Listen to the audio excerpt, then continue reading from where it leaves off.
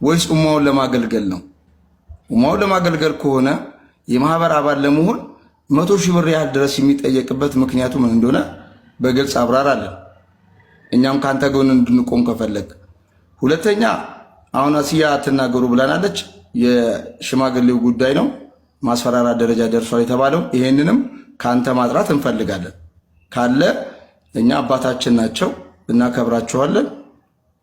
ማጥራት እንፈልጋለን። አንተ እሳቸው ላይ ከዘመትክ እኛም አንተ ላይ እንዘምታለን። በግልጽ ቋንቋ ነው የምነግርህ። በግልጽ ቋንቋ አባታችን ናቸው፣ ሽማግሌ ናቸው፣ አዛውንት ናቸው። አንተ ደግሞ ወጣት ነህ። ይህ ጉዳይ ይህ ድርጅት ከጀርባው ሌላ ዓላማ ካለው ሰውን የመሸጥ ዓላማ ካለው በግልጽ ልናቅ ይገባናል። አንተ ቤት ገብቼ አግቡ ተጋቡ ብዬ ነው ስጮህ ታውቃለህ። እኔንም ሌላ ነገር ውስጥ ከተኸኛል።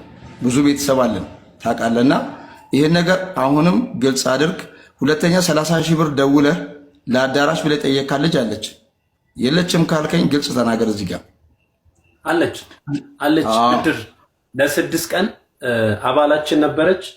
ለ6 ቀን ያቺኛው አባላችን ደሞዙ አልደረሰም ነበር። ለ6 ቀን አበድሪን ተኩሽልን ብያታለሁ። መተኮስ እንግዲህ በእኛ